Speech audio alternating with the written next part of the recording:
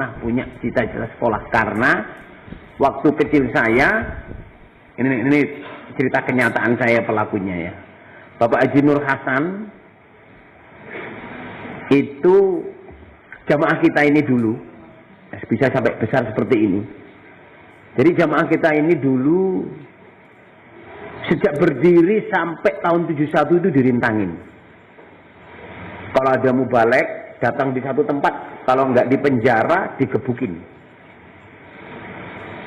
Ini jeniusnya Bapak Imam almarhum. Akhirnya Bapak Imam cari solusi gimana ya ini. Setiap ada mubalek datang misalnya di Semarang. Yang cerita mubalek yang lama-lama di sini. Dipegang Koramil, Kodim, sampai Pangdam di penjara, dipukulin. Gara-gara apa? Kebenaran. Akhirnya tahun 71 itu jamaah kita ini dilarang oleh pemerintah. Tapi hanya dalam waktu berapa jam dimansuh. Karena Jaksa Agung tidak bisa melarang aliran agama tanpa kerjasama dengan, masa Jaksa Agung melarang orang mengerjakan Islam berdasarkan hadis? Nggak bisa, mestinya harus namanya menteri bersama, keputusan menteri bersama. Jadi harus ada menteri agama, harus ada menteri sosial politik, harus ada Kostranas, harus ada dari kepolisian, harus ada dari TNI. Maksudnya yang urusannya itu ini kalau nggak aman itu nggak bisa cuman hanya Jaksa Agung. Akhirnya ada yang nuntut dimansuh, tapi mansuhnya tidak di publish. Cuman akibat larangan jamaah itu jamaah nggak bisa bergerak. Akhirnya Bapak Imam punya ilham, ini harus mubareknya anak-anak, anak kecil. Sehingga Bapak Imam waktu itu punya ijtihad, orang Gading, Kediri, Kertosono, anak kecil dilarang sekolah, harus ngaji semua, supaya jadi mubalek cabai rawit. Nah, saya termasuk orang yang nggak boleh sekolah, nggak boleh sekolah. Pagi habis subuh ngaji, jam 8 ngaji, habis zuhur ngaji, habis asar kadang ngaji, kadang betengan, jumritan. Apa? Betengan apa betengan itu? Ya. Habis maghrib ngaji, habis isya ngaji. 6 kali ngaji sehari. Makanya tahun 74, waktu saya usia 10 tahun, saya tugas mubalek di Jakarta. Pertama di Solo, di Jakarta. Jadi 10 tahun saya sudah tugas mubalek. Dulu saya heran, 10 tahun kok bisa jadi mubalek. Perasaan saya itu pol sendiri. Setelah saya gede, ternyata itu yang harus merasa, ternyata ya setelah saya jadi mubalek ngajarin orang-orang itu, sampai hari ini saya belum berhasil mencetak anak usia 10 tahun jadi mubalek, belum berhasil. Berarti guru-guru saya dulu waktu itu jagoan. Lah waktu itu kita di brainwash, pokoknya yang penting nanti jamaah, yang penting masuk surga, gak usah sekolah, gak usah apa enggak, nek wayahe sugih-sugih, nek wayahe ini. Nek wayahe jadi sarjana waktu itu enggak mikir piye gak sekolah kok. Sugih sarjana, numpak pesawat. Ya, saya waktu itu dibilangin karena Bapak Imam selalu datang kan. Lih, kamu jadi mubalek, kamu jadi guru nih jagat. Nanti kamu tugas naik pesawat itu. Selalu gitu, kalau datang ke Gading selalu gitu.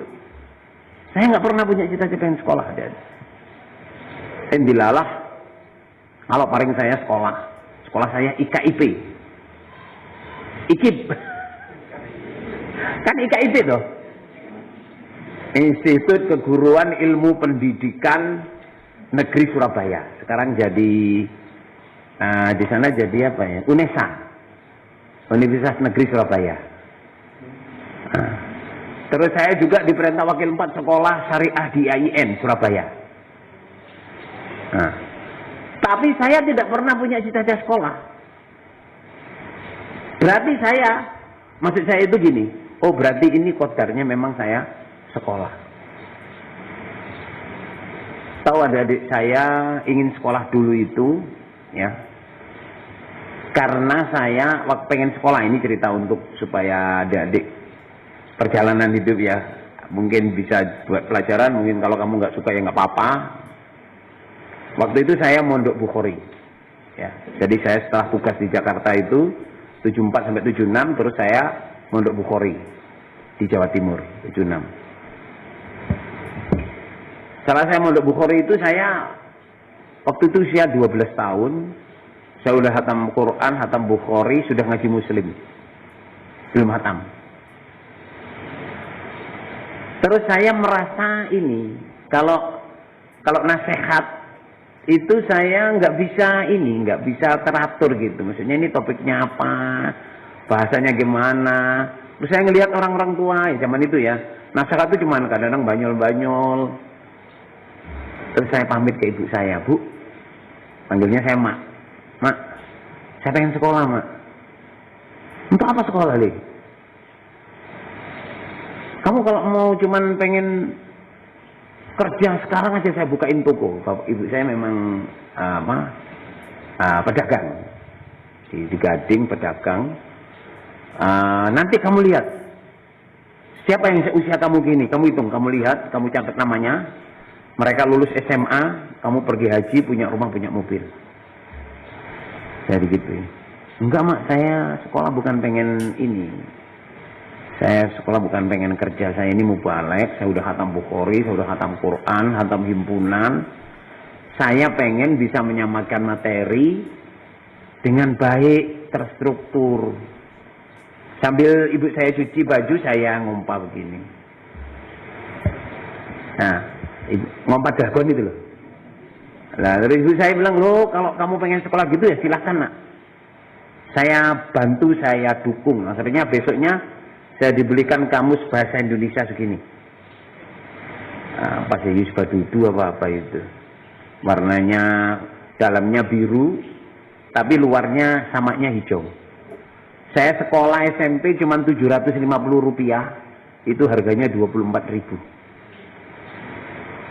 Wah, ini mahal, Mak. Nggak apa-apa, kamu lihat bahasa Indonesia. Katanya kamu bisa pengen tahu bahasa Indonesia. Pengen ngerti bahasa yang bagus. Macam-macam kata. Jadi tiap hari saya sekolah SMP, saya baca itu. Tapi saya sambil tugas itu. Tugas mubalek. Nah, ini yang ingin saya sampaikan ke adik-adik semua ya. Bahwa perjalanan hidup kita ini nggak diduga-duga. Yang penting masuk surga. Saya ini pengen masuk surga. Nah, tapi kurang hadis jamaah. Nah, kurang hadis jamaah itu taat Allah, Rasul, Amir. Taat Allah, Rasul, Amir. 5 bab dikerjain. Saya gabuannya mubalek. Saya kemana-mana tugas mubalek sambil sekolah. Bukan sekolah sambil tugas, tidak. Saya tugas mubalek sambil sekolah. Jadi saya SMP itu saya mubalek kelompok. SMA juga mubalek kelompok. Kuliah waktu di Surabaya juga mubalek kelompok, double. Mubalek kelompok sama mubalek di Muhajir. Nah, setelah kuliah itu saya ditunjuk jadi penerobos muda-mudi oleh Bapak Imam. Jadi saya gabuannya mubalek kelompok, tapi saya penerobos muda-mudi usaha. Nah, dalam perjalanan itu ada yang ingin saya sampaikan ini adalah bahwa kita ini ya, yang penting cari surga. Nanti oleh Allah itu jalan hidup kita apa yang kita, kalau kita pengen kejar, kita kejar, pasti dikasih oleh Allah. Dikasih oleh Allah. Nah itu. Nah ini sedikit untuk adik-adik ya, memotivasi adik-adik untuk supaya enjoy your time when you are young, okay? But do not forget your duty, do not forget your obligation. If you fall in love, have you been fall in love? Jadi nikmatilah masa muda, ya. Tapi netepilah jamaah, ya. Jangan lupa 5 bab. Kalau kamu harus jatuh cinta, ya, just nikmati aja. Jatuh cinta nggak dosa. Sudah berapa kali kamu jatuh cinta?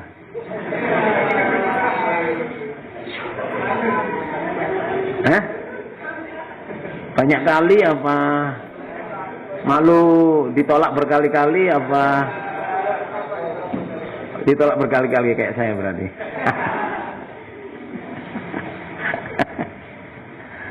Kamu umur berapa? Kamu berapa? 12? 12? Ya, 13. When I was 13, I got my first love. Tahu? Nggak tahu lagu itu? Justin Bieber. Ketika saya usia 13 tahun, saya dapat jatuh cinta yang pertama. Tapi kayaknya kamu udah pernah jatuh cinta deh. Berapa kali jatuh cinta? Ke cewek apa ke cowok?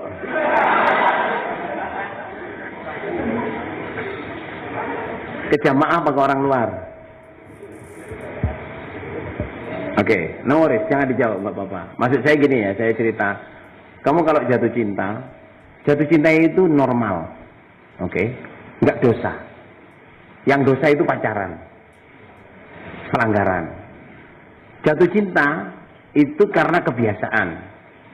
Kalau temanmu orang luar, kemungkinan kamu akan jatuh cinta ke orang luar.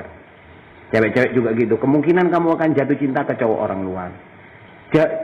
Jatuh cinta nggak dosa, tapi mencintai orang luar itu dosa. Karena firman-Nya ya alladzina amanu la tattakhidul ladzina kafaru auliya amin dunil mu'minin.